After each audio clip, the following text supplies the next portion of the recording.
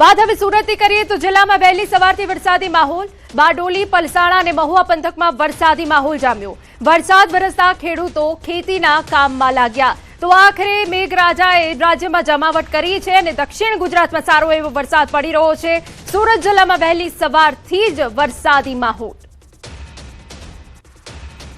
સુરતમાં વરસાદની સટાસટી। જિલ્લામાં છેલ્લા 24 કલાકમાં સાર્વત્રિક વરસાદ। સૌથી વધુ ઓલપાડમાં 4 ઇંચ વરસાદ। માંગરોળ, અંબિકા, ઉમરપાડામાં 2 ઇંચ વરસાદ પડ્યો છે। બારડોલી, કામરેજ, મહુવામાં 1 ઇંચ વરસાદ પડ્યો। અરેઠ, સુરત સિટી 84, માંડવીમાં પણ વરસાદી માહોલ જામ્યો। તો અમારા સંવાદદાતા કેતન જોડાઈ ગયા છે સંપૂર્ણ વિગત સાથે। કેતન, ડાંગમાં આખરે કેવો માહોલ સર્જાયો છે? ઓવરઓલ કેટલો વરસાદ પડ્યો છે? શું સ્થિતિ આપ ત્યાં હવામાનની જોઈ રહ્યા છો? સંપૂર્ણ વિગત।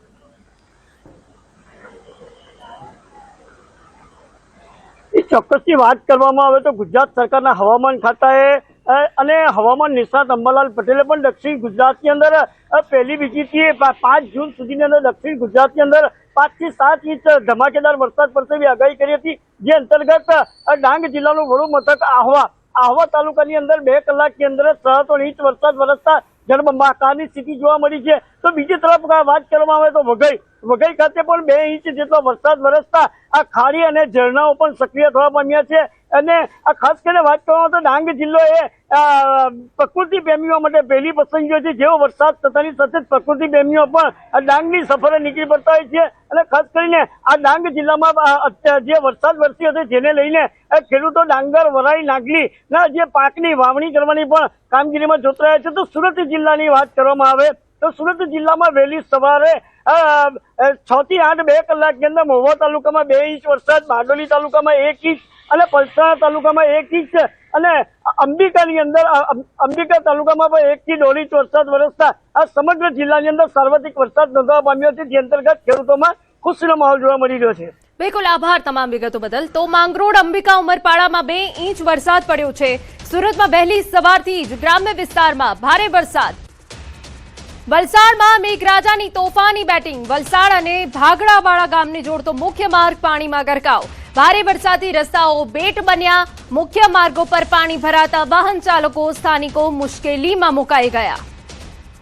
તો વલસાડમાં પણ મેઘરાજાએ તોફાની બેટિંગ કરી છે।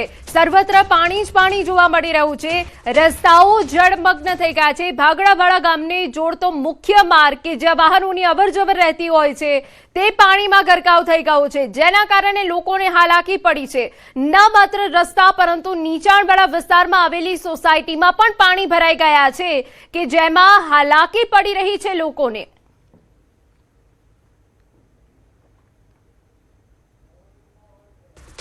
સમાચારમાં આગળ વધીએ તો સોરઠમાં આભ ફાટ્યા જેવી સ્થિતિ। 24 કલાકમાં 13 ઇંચ વરસાદથી પૂર જેવી સ્થિતિ સર્જાઈ ગઈ છે। માંગરોળમાં 12.64 ઇંચ વરસાદ પડતા આભ ફાટ્યા જેવી સ્થિતિ સર્જાઈ। સૂત્રાપાડામાં પણ 12.5 ઇંચ વરસાદ પડ્યો। કેશોદમાં 11 ઇંચ વરસાદ પડ્યો। પાટણ, વેરાવળમાં 10 ઇંચ વરસાદ પડ્યો છે। માળિયાહાટીમાં પણ 9.13 ઇંચ વરસાદ પડ્યો। માણાવદરમાં 9 ઇંચ વરસાદ પડ્યો। કોડીનારમાં 6 ઇંચ વરસાદ પડ્યો। કુતિયાણામાં 6 ઇંચ વરસાદ। વિસાવદરમાં 4 ઇંચ વરસાદ। વંથલીમાં 4 ઇંચ વરસાદ નોંધાયો છે। સૌથી વધારે જે સ્થિતિ ગંભીર બની છે એ સૂત્રાપાડામાં બની છે કે જ્યાં 12.5 ઇંચ વરસાદ પડ્યો।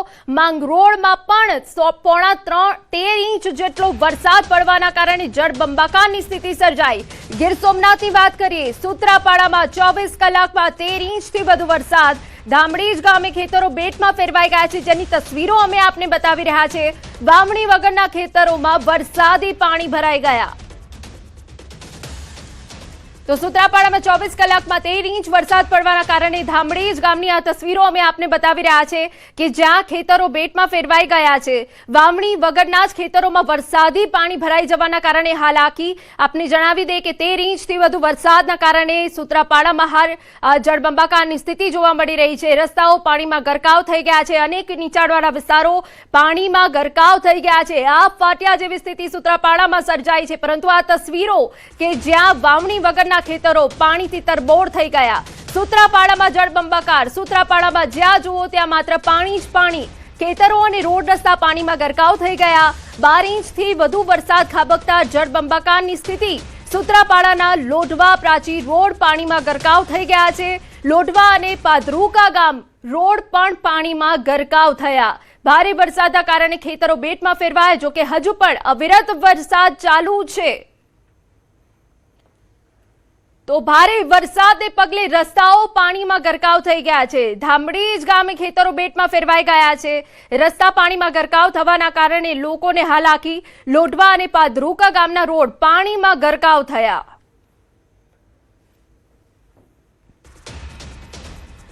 સૂત્રાવાડાના પ્રશ્નાવાડા ગામે પાણી ભરાઈ ગયા છે, જેની તસવીરો અમે આપને બતાવી રહ્યા છે અને હજુ પણ વરસાદ પડી રહ્યો છે। નીચાણવાળા વિસ્તારોમાં પાણી ભરાઈ ગયા। સતત વરસાદના કારણે પ્રશ્નાવાડા ગામમાં પાણી ભરાયા। સૂત્રાપાડા પંથકમાં ભારે વરસાદના કારણે ગામની શેરીઓ નદીઓની જેમ વહેવા લાગી।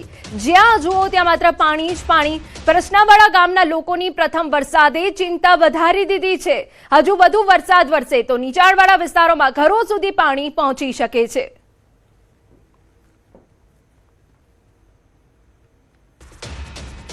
સમાચાર ગીર સોમનાથમાંથી ચાલુ વરસાદમાં એસટી બસ ખાડામાં ફસાઈ ગઈ હોવાની તસવીરો સામે આવી। પ્રથમ વરસાદે જ પાલિકાની કામગીરીની પોલ ખુલી ગઈ। ભારે વરસાદ વચ્ચે બસ ખાડામાં ફસાતા મુસાફરો પરેશાન થઈ ગયા। ભારે વરસાદમાં અધૂરા રોડ કામથી અકસ્માતનો ખતરો પણ વધ્યો છે અને ગીર સોમનાથમાં ભારે વરસાદ પડ્યો છે। ચાલુ વરસાદમાં એસટી બસ ફસાઈ ગઈ હતી, જેના કારણે મુસાફરોને હાલાકી પડી ગઈ હતી। પ્રથમ વરસાદમાં જ પાલિકાની કામગીરીની પોલ ખુલી ગઈ છે।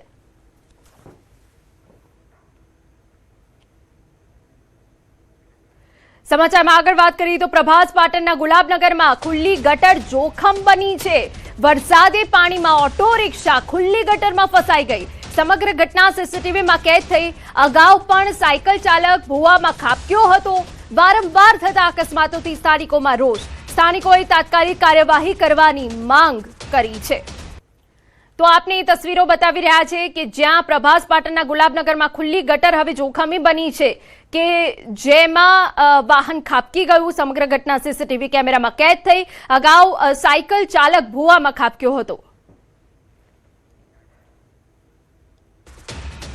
ગીર સોમનાથના દરિયાકાંઠે ભારે વરસાદનો કહેર। કોડીનાર અમરેલી રોડ પર મહાકાય વૃક્ષ ધરાશાયી થઈ ગયું। વૃક્ષ ધરાશાયી થતા વાહન વ્યવહાર ખોરવાઈ ગયો। પાલિકા દ્વારા વૃક્ષ હટાવવાની કામગીરી શરૂ કરવામાં આવી છે। આપને તસવીરો બતાવી રહ્યા છે કે જ્યાં ભારે વરસાદ અને પવન ફૂંકાયો હતો, જેના કારણે વૃક્ષ ધરાશાયી થઈ ગયા હતા। વૃક્ષ હટાવવાની કામગીરી હાલ કરવામાં આવી રહી છે। અમારા સંવાદદાતા સંપૂર્ણ વિગત સાથે દિનેશ જોડાઈ ગયા છે। દિનેશ, ગીર સોમનાથની હાલત કફોડી બની ગઈ છે, કેમ કે ભારે વરસાદને પગલે ખેતરો એક તરફ બેટમાં ફેરવાયા છે, રસ્તા ગરકાવ થયા, વૃક્ષ ધરાશાયી થઈ ગયા। શું સ્થિતિ આપ ત્યાં જોઈ રહ્યા છો?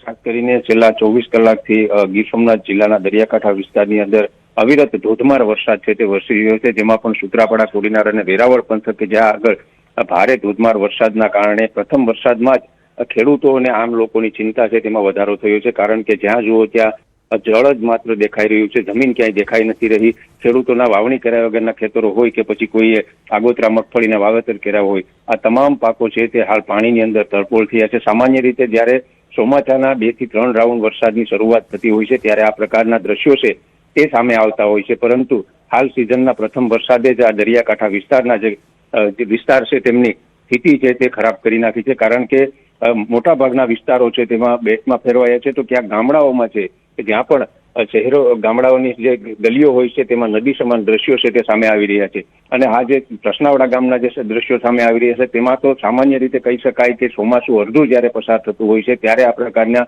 દ્રશ્યો છે તે સર્જાતા હોય છે। પરંતુ સિઝનના પ્રથમ વરસાદે જ આ ગામના જે નીચાણવાળા લોકો છે તેમની ચિંતા છે તેમાં વધારો કર્યો છે। કારણ કે હાલ લોકોના ઘર સુધી આ પાણી છે તે પહોંચી રહ્યું છે અને વરસાદ છે તે હજુ પણ વિરામ લેવાનું નામ નથી લઈ રહ્યું। આભાર તમામ વિગતો બદલ। તો વરસાદ હજુ પણ યથાવત છે, પરંતુ અલગ અલગ તસવીરો અમે આપને બતાવી રહ્યા છે। એક તરફ ખેતરો બેટમાં ફેરવાયા છે, નીચાણવાળા વિસ્તારો પાણીમાં ગરકાવ છે, તો ક્યાંક દૂર દૂર સુધી માત્ર પાણી જ પાણી નજરે પડી રહ્યું છે। જૂનાગઢ જિલ્લામાં મેઘરાજાની ભારે મહેર જોવા મળી. ખાસ કરીને માંગરોળ પંથકમાં 10 કલાકમાં ધોધમાર 9 ઇંચ વરસાદ પડી ગયો. ભારે વરસાદના કારણે કેશોદ માંગરોળ રોડ બંધ થઈ ગયો.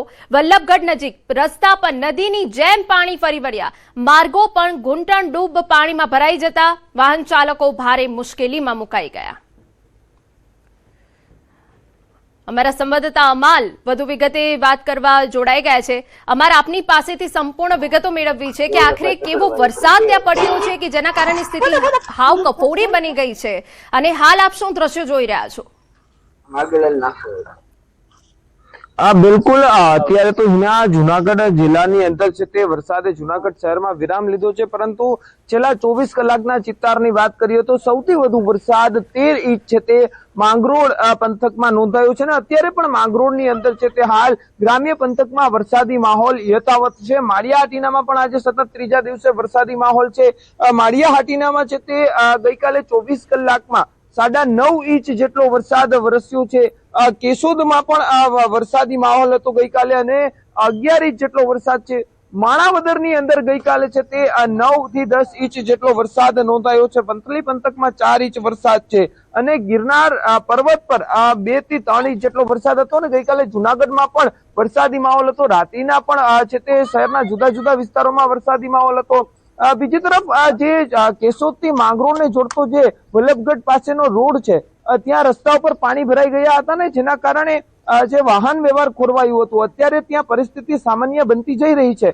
માંગરોળના બીજા જે ગામો છે, અંતરિયાળ ગામો છે કે ગીરકાંઠાના જે માળિયાના ગામો છે ત્યાં પણ હાલ વરસાદી માહોલ યથાવત છે. બીજી તરફ મારી પાછળ જે ડેમ જોઈ શકો છો તે જુનાગઢ શહેરની મધ્યમાં આવેલો વિલિંગડન ડેમ છે કે જે દાતાર પર્વત પરથી આ ડેમની અંદર પાણીની આવક થતી હોય છે. ગઈકાલે દાતાર પર્વત ઉપર પણ જે ભારે વરસાદના કારણે ડેમની અંદર છે તે નવા નીરની આવક થઈ હતી. જી બિલકુલ, આભાર તમામ વિગતો બદલ. તો કેશોદ માંગરોળ રોડ પર પાણી ભરાઈ ગયા છે. માર્ગો પર ઘૂંટણસમાં પાણી ભરાઈ જવાના